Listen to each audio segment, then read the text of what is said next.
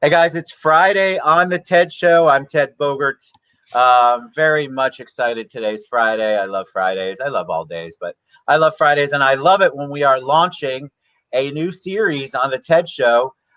This one is called American Stories, and I have to give almost all of the credit, pretty much, for everything to Sal Picataggio. Hey. So I had to go right to the New York craziness. I don't know how that came in.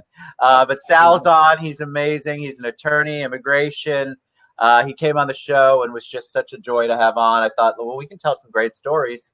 And so here we are. So welcome, Sal. And then our featured immigrant entrepreneur of the day, of the week, is none other than Steve Silcock with Bardell Real Estate. What's up, Steve? How you doing? Hey, how you going, Ted?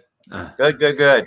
All right, so let's do origin story a little bit. We'll start with the co-host, Sal, and then he can take it from there. Tell us a little bit about you, Sal, and what you do and your story. Thanks, Ted. Thanks for having me back on. It really was awesome getting to do this. Was it, 20 years ago? No, it was like a month ago. It feels like longer. And it's awesome to put this together. So I'm Sal Picataggio, and I am an immigration attorney with Colombo and Hurd in downtown Orlando, Florida. Except for right now, I'm in my dining room in Lake Mary, Florida. And I've been doing immigration since 2011. I joined Colombo and Hurd just back in December, and I've always focused on primarily business immigration for entrepreneurs, business owners, employers and employees, foreign nationals with special abilities or unique skills that could pursue immigration that way. And I've been kind of part of the real estate and various international communities ever since.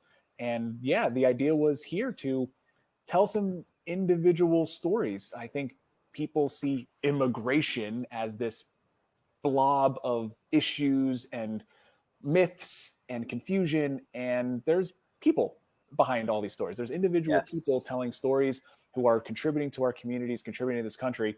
So we wanted to highlight some of them right in our backyard. And one of the first people I thought of was Steve. He and I have shared some presentation opportunities recently, and he was one of the first I thought of to come and tell his story. So thank you, Ted, for putting this all together, and Steve for being our very first guest on American Stories. This is very cool. It's very cool to get this going. The very first guest. You must feel like a guinea pig, Steve. Steve. Yeah. Oh, absolutely. It's good to be first. Everything will be fine. It's definitely good to be first. All right. So obviously we want to know about your story. We want to know, just give us your origin story, and we'll ask questions. I'm sure the attorney here will have no problem finding questions or thinking of questions to ask you. But take it away, Steve. Cool. I guess my Florida story goes back to 2001, and it was in pretty challenging circumstances back then, because we were due to fly out on 9/13 to come and view a vacation home here close to Disney. Needless to say, we didn't fly on 9/13 after 9/11, so it's a little strange at the moment. We're doing this as a first in my origin, and we're dealing with the pandemic at the same time. But the one thing that it does show you is things move forward. Things get better, things move on. And we're going to get through all of this just as we did after 9/11. So that was kind of our introduction to Florida, and we did move forward. We ended up buying a vacation home without ever seeing it. We'd never been to the US, but it seemed like a good idea at the time. So, we went ahead and bought it, and then came out at Christmas to see what did we buy. And we obviously liked Florida. I mean, we just fell in love with the place, and literally 4 years after first setting foot off a plane in Orlando International, we emigrated. So it was bit of a whistle. I'm always curious about when someone decides I'm going to immigrate. What's the final impetus? Is it just a buildup, or was it all right? That's the land of opportunity. You saw the Statue of Liberty, and of course, you came to Florida. You probably didn't, but you're motivated. Like, what is the impetus behind that final decision to immigrate? Oh, my tipping point was a very clear one. I'd spent over 20 years in banking insurance in the UK. It was all on account management, business development, and on the IT side of it. lots of hotels, lots of traveling. And a little girl came along. And it was a case of, do I want to spend my time traveling and moving around or be at home? And that really was that final tipping point for me. And what I could see in Florida was that ability to build a new life, spend that time at home with family. And that really was that final point. Although that little baby girl is now a 16-year-old teenager. Life changes, doesn't it, my friend? Oh, boy, does it change. It's like they bring a whole new baby girl into. You're like, who is this human being? Yes, been there, done that. It is, but that was that real tipping point, and the opportunity to almost, if you like, start a new life and a new way of working. And the weather's just a little bit of a bonus. Yeah, a big bonus, right? Yeah. Sal, I have to ask you, based on what Steve is sharing, what's that process like? Like, it's one thing to say, I want to come over here, I want to immigrate, and then it's not like 90 Day Fiance, or it's not, well, I guess maybe it is. Thank God on some level. But it's not this easy, I've made the decision, I'm coming to America. Can you give them kind of a little bit about that? Sure. Now, the process Steve ended up going with was the E2 visa, the treaty investor. And that requires an investment, of course, but really the biggest decision is about the business that you are going to operate. Are you going to buy something that's already operating? Are you going to start something from scratch? Are you going to take advantage of a franchise? So deciding that I want to live in the US is part of it. And then it's, well, how are we going to get it done? So when I talk with someone who comes to me that says, all right, I want to move. And I say, well, what do you want to do? Well, what are you planning on doing? And usually they've had that thought of, well, I really want to run a business. I've done it at home. I want to do it here.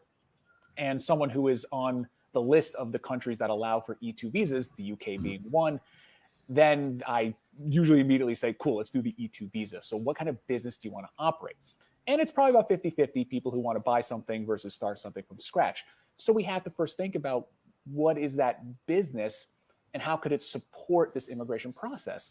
It needs to earn enough money to both support the investor.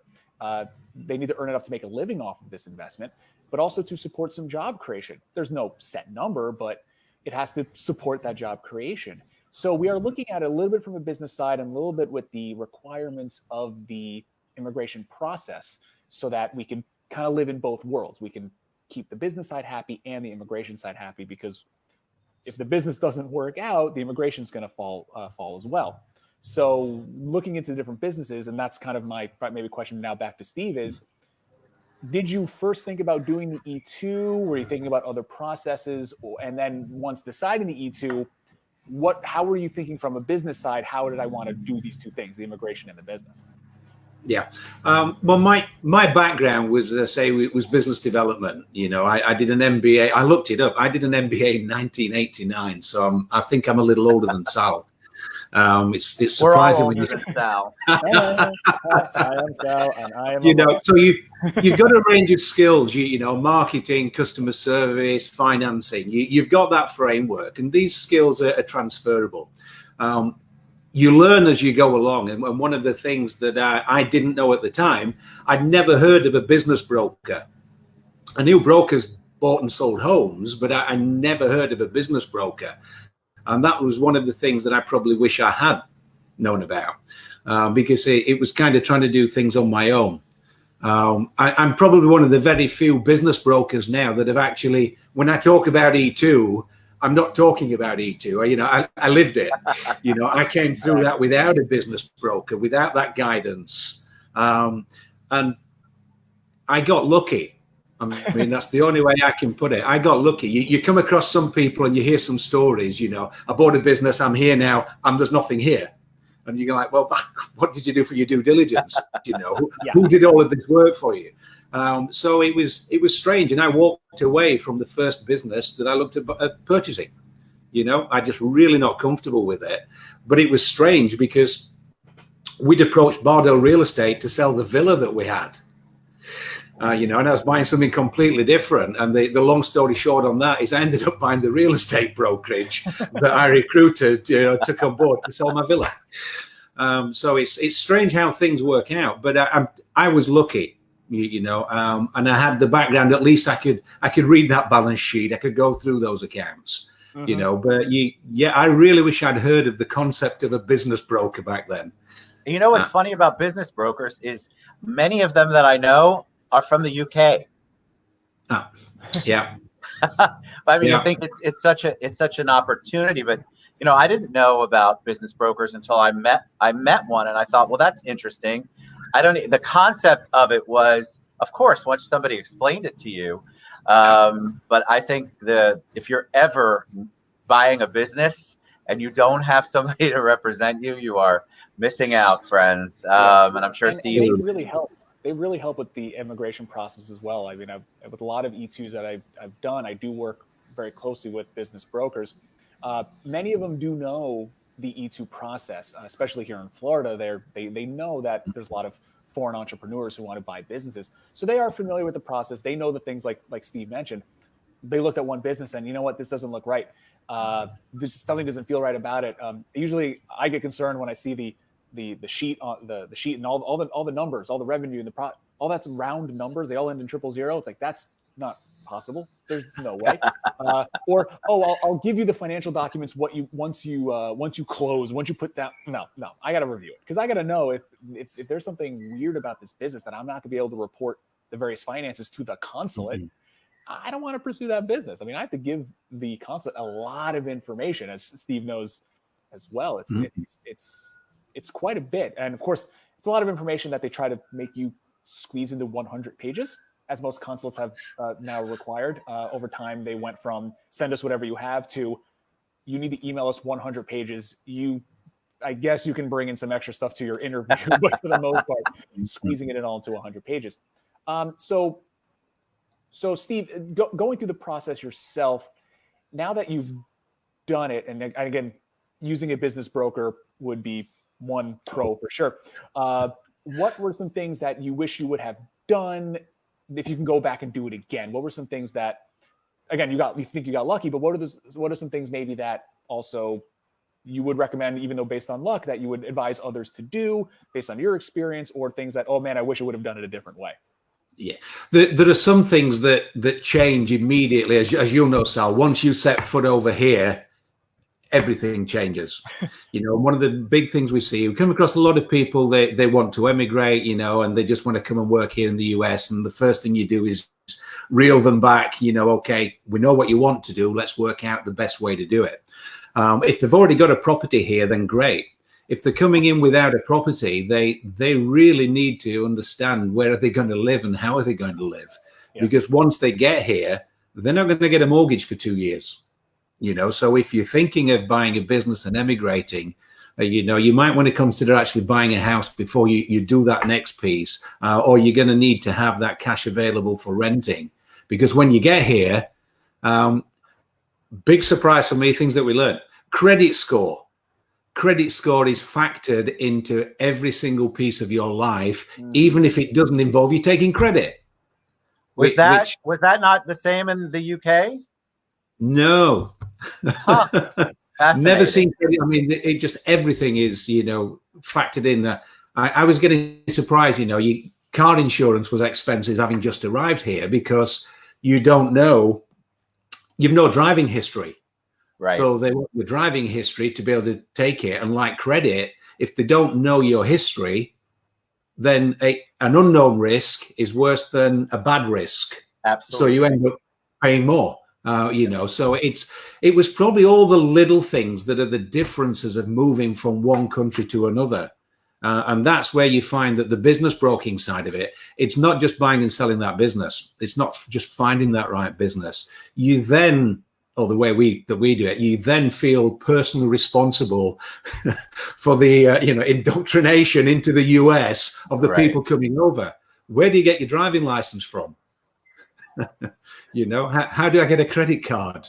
I remember my first credit card when I arrived. The limit on it, no credit background, was $50. Woo! You were a big spender, I bet. Well, it was like, that's a tank of gas, and then you've maxed out your credit card. So it's like, man, and it's all of these little things. It's the little things that you take for granted.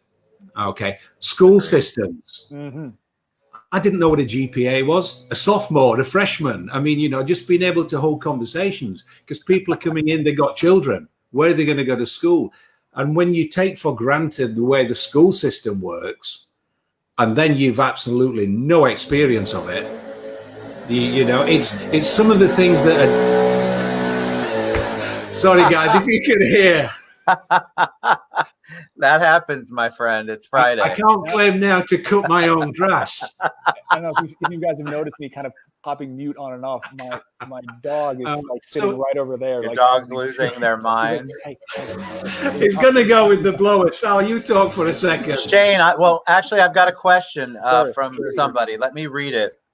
It's from Shane. If in the next 12 months we were to gather enough interest, would it be an option for us to pre-set up a property business in the USA? I would probably have to employ someone to take care and run the other parts of the business from the UK. That's that's actually a really interesting methodology that I've seen people use, and I've used myself, where if you're starting in a business, anything that's been operating, not even just registered, but if it's been operating under a year, so anywhere from pre-operation to actually fully operating, under a year is considered a new business. And one of the requirements of an E2 business application is to show that the business will be financially viable, commercially viable.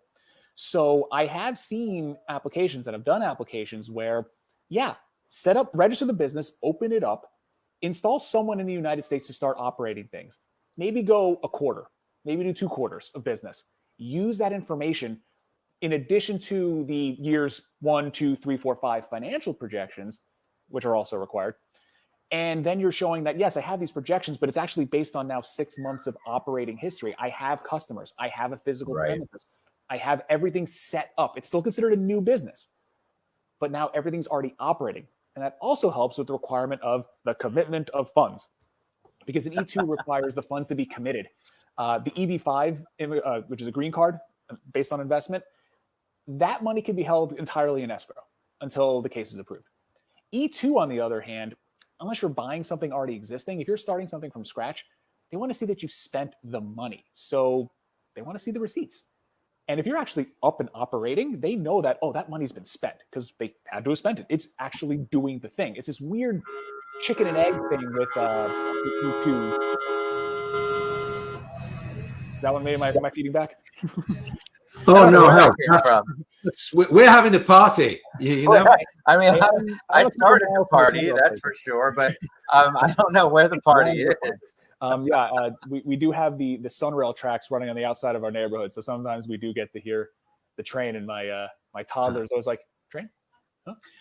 So, Steve, I've got to ask you, it's one thing to get here, have the dream, have somebody amazing to help you out with the process on the immigration side. And then it's another thing to dig in. So did you have contacts here already? Did you already know people here enough to build your business? And if you didn't, how did you build your business? Because I think that's what a lot of business owners would want to know. How did you build it? You didn't have any real centers of influence here, certainly not as many as you had in UK. But I feel like there's a story there. How did you build that up? It is. I mean, I was fortunate to be in a position where the business that I bought, it was the first real estate brokerage in Four Corners. So it's been there since 1989. So that made it a little easier from my point that I was taking over an existing business. But a lot of that comes into that investment part. You know, if you invest into $100,000 business, you're going to get a business worth $100,000. If you start moving up that scale, then you're going to get more of an established business. And that really does help when you're first coming in. The sphere of influence, you got to network, you know, you've got to get out there. One of the things that I did reasonably quickly was things like the Chamber of Commerce. You know, you've got to start meeting people and start building those relationships, because that's really what gets you. When things are good, business is a lot easier, you know.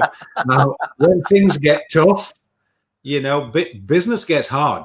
Yeah. You know, I've always said it, as being self-employed, you know, you're not when you're self-employed, you're working for everybody else. You know, you're the last one in that business that's getting paid quite often. You know, you've really got to dig it in. And when business gets tough, you got to put your head down, So as I say, we were fortunate to buy into a good business, and that had the base from what you can develop going forward. But there is no substitute for hard work. You need a little bit of luck, and you got to work hard. You can't come to Florida. The sunshine is really deceiving. One of the things that we try and do for people is, I know I'm going to go and live in Florida. It's sunny every day, and you're not on vacation. This is a 15-year suntan. Just look at it. I've got a tanning bed upstairs. And I have to jump on that before I go back to the UK. Otherwise, nobody believes I live in Florida. You got to work at it. Like any business. And I think once you're here, it's following the same things, whether you're an immigrant visa holder or not. Business is business. You got to work at it. You got to get into those clients. Sal, are you seeing more people applying now, less? Like, where's the trend at right now of people who want to come over on an E2, right? Mm-hmm. I said it right. Yeah. With everything going on with COVID, have you seen any big changes in that? In terms of the interest, it's kind of about the same. People who are willing to pursue this usually come to me already pretty knowledgeable about, or at least having done some research about businesses in the United States or in Florida. They've looked into the immigration process. They're not coming into this very lightly because it's a big deal. And we're talking about someone who thinks, hey, I think I have enough money to make this investment. These are generally people who have been successful in business themselves at home, and now they're just ready to move it all over here. So the interest is still there. And fortunately, we almost are using to our advantage the fact that this process, when done right, takes a little bit of time. Yeah, can I turn around an E2 visa in a month? Sure. But if we take our time, we're reviewing businesses, we are making sure it's the right business, we're going to take our time. I worked with an E2 visa a couple years ago where he signed up, and I think we went back and forth on different businesses for, I want to say maybe 6 months. He found one, it wouldn't work. Like, all right, I'll keep looking. And then a month later, he found another one. But then from this is my business to him and his family entering the U.S. with their E2s, it was through London, so there is the 45-day thing. So notwithstanding that consulate requires 45 days to review the case. From I found this business to filing the case, I mean, it was maybe 5 or 6 weeks. We were kind of moved along really fast. So the interest is definitely still there. There are businesses to be purchased. There are still business opportunities to start from scratch. Franchises have become more popular over the last maybe year or two. There are more business brokers out there who are using franchises as an option for foreign investors, and there are more and more franchises who are into using foreign investors as there were before. Procedurally, though, U.S. consulates are closed, so most folks do apply directly with the U.S. consulate at home. They're not coming here and changing their status. Some are, and we're starting to see more of that now. Usually if they're here, I say, yeah, I'm going to want to send you through the U.S. consulate because your visa can be very powerful. Just traveling back and forth could extend the period of time you're allowed to be here in the United States. But if they can't go to a consulate to get that visa, they need to change their status while here in the U.S. So we are filing cases still with consulates for people who are still living abroad, and they're just going to have to wait until those consulates reopen to go in for their interview. If they're here, instead of saying, all right, I'm going to file all this with your home consulate, you should go back and do it there, I'm saying, well, you're here. You're going to have to change it up here, which means the next time you do leave, U.S. borders, you're still going to have to stop by a consulate to get a visa that now matches the status that you changed to the United States, because the permission to be here living and working isn't necessarily what's stamped in the passport that allows you to cross the border, because our immigration process is super simple. You can't make it easy on us. So yeah, so we have to plan for all these things, and it's much more relevant now to be mindful of that. The other thing we're starting to consider, at least I'm starting to consider it, is the consulates and CIS haven't been cool generally with telework and remote work and decentralized businesses. But now, I mean, even USCIS itself is having their officers take work home. And I'm going to be very interested to see if they're still going to be very strict on this business needs to have a physical premises where everyone comes to work and they clock in and they clock out and they have their hat and their briefcase. And maybe we're going to start seeing more and more flexibility in that, knowing that we've basically all spent the last 2-3 months working remotely. And look, and clearly, the world didn't end. We're all still able to do work for the most part. So maybe we're going to start seeing more flexibility in terms of allowing remote work, allowing telecommuting, allowing employees not necessarily to be in the office all the time. Because right now they're kind of like, where are they actually all going to go to work? Correct. Hey, Sal, would you ever see the renewals being able to be done remotely? And so in a minute, we have to leave the country to go to the embassy if you need to get permission to come back. If you need to renew your visa, yes, you would have to leave and come back. But if you're here in the US and your visa is about to expire, we have to look at your status. The I-94 number, the I-94 validity date, that's the stamp in the passport. So for people who are not familiar, the passport, as you cross the border, you get a stamp. They handwrite, I love this, they handwrite E-2, and they handwrite the date that you're allowed to stay here until. So that's your proof of status. You can get it confirmed on the Customs and Border Protection website, which is a lot, you can print it. It's not handwritten at that point. And that's your 2 years of status. An E2 visa holder, when they enter the US, they're allowed to stay here for 2 years to live and work. Now, the visa itself, which is just the permission to cross the border, that lasts for 5 years. So throughout 5 years, you can leave and come back and leave and come back for most countries, UK being one. Some are shorter. Some may only allow one entry at a time. But for the most part, 5 years back and forth. And every time you come across the border, they stamp your passport again, 2 more years.